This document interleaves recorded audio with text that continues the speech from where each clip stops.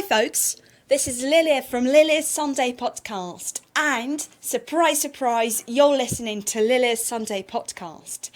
I'd like to start the morning with fantastic news. So the news is on Podomatic, and this is the site where I upload the podcast. Lilia's Sunday Podcast got 48 downloads and 144 unique views, and that's the statistics over all time that the podcast's been online. And most of the downloads have been coming this week. I've got 31 downloads and 92 unique views this week, which means that the podcast is growing. Right, and we have a great topic to talk about today, and you've probably learned what it is from the name of the podcast. But let me just give you a brief introduction on this. We all know that English is no more one or two nations' language. It is a language of the global community. Why do so many people learn English, you may ask? Because they need to communicate internationally, travel, or they'd like to immigrate to other countries. I think that you have your own personal reason to learn English, right? And if you're planning to live in an English-speaking country, that's a separate reason, and it is a fantastic reason. But to do that, if you want to land a job there, you will need to take an exam. If you want to go and study in an English-speaking country, or wherever you go, you need to take an exam. So today's tip is going to apply to all level learners of English. We're going to talk about exams. Basically, this is going to be a several-part podcast. Today, we're going to start talking about Cambridge exams that you can use forever. Yeah, so you take these exams and you use the result of it forever. It applies to you through your whole life, basically. Right? Not all, but today's exam does have this fantastic feature, right? And this is FCE. This is an overview, right? So I'm not going to give you a deep look into this exam because you can go to the website. Let me see what it is. You can go to the Cambridge website, the organizer of these exams, right? You can go to cambridgeenglish.org. Let's see. And you can find everything about those exams there, right? But I'm just here to give you a brief look into FCE today. Yeah, I might look deeper into these exams later, but today I'm just going to look at FCE. Right, so why do you need to take it? If you want to live and work independently in an English-speaking country, and that's something that the website tells you about, you'll need to take FCE. You've probably heard about it. Everyone's talking about FCE now. You may be even studying for it. So FCE, which stands for First Certificate in English, is an exam you might need to take to prove that your level of English is upper intermediate or higher. Right, so it's got to be upper intermediate at least to pass the exam and get a satisfactory result in it. If you pass this exam, you'll be able to enter a school or college in non-English speaking countries. So what about English speaking countries? Let's see. In terms of English speaking countries, you'll get the right to study a foundation course there and almost any kind of language course, right? And you'll be able to operate in an English-speaking country. Not at university, of course, because you'll need an upper-level exam to do that. But most of the courses will be open to you, right, as a visitor or as a permanent resident, of course. Yeah, so actually, there are just a few world-leading organisations that will ask you for FCE. Most will ask for a higher-level certificate, probably. But, for example, such leading companies as Ernst & Young and Marks & Spencer's will accept FCE, right? Although the higher is always the better, this rule works great with English exams, right? With English certificates as well. So let's have a look at the structure of FCE. So we remember at this point that this is an exam for upper intermediate learners of English, right? It can be computer or paper based. If it's paper-based, it means that the tasks you do are all typed and printed out, and you just have to do them on real paper.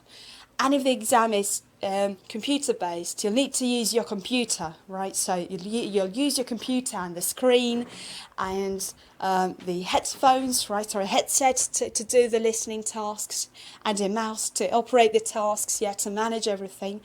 There are 4 parts or papers, yeah, they call those parts papers, in the exam, where that's something's happening to me today, where you'll be tested in your ability to speak, write, listen and read in English. Well, the names of those papers are corresponding, yeah, so for speaking you have, surprise, surprise, speaking. For writing, yeah, again you have writing.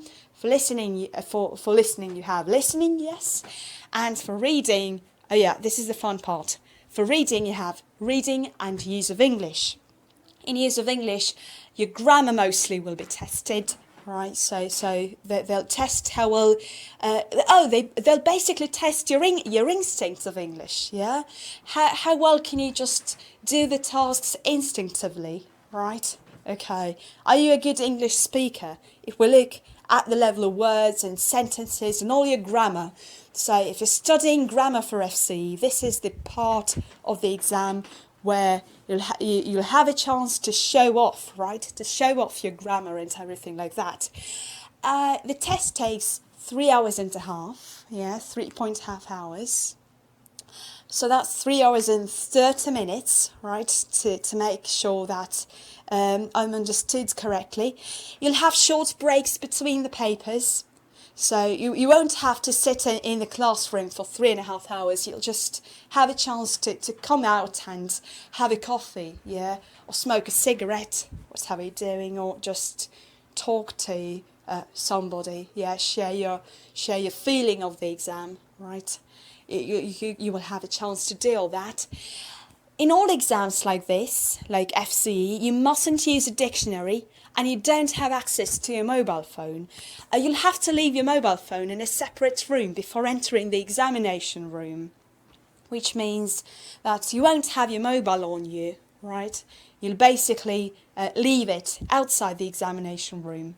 And you won't have any access to technology and any kinds of dictionaries, yeah. So you'll only have to use your own brain and your own knowledge of English to to sit the exam. You get your results in 2 weeks' time, and you can get your results online. And the paper certificate comes in 1 or 2 months later, yeah. So most institutions, to be honest, accept online results. You just have to send them the link.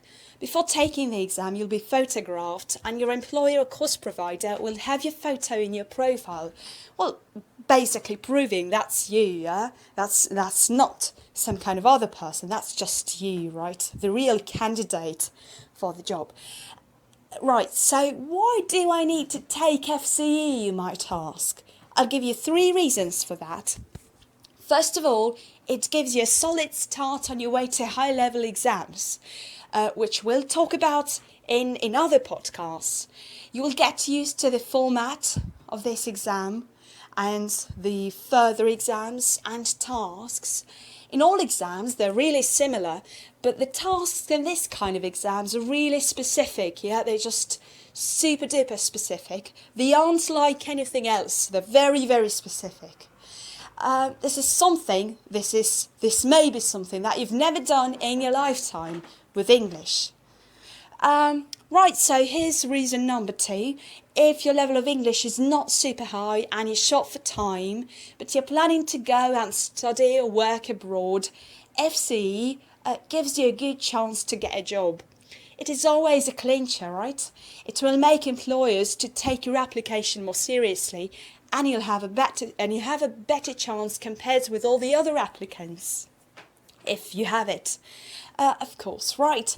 And the final reason is the fact that FCE and getting this certificate is a great motivation, and the exam itself is a fantastic motivator. You have the date, you have the time limit, you must do it, or you'll have to wait another year for your school to open the preparation course again.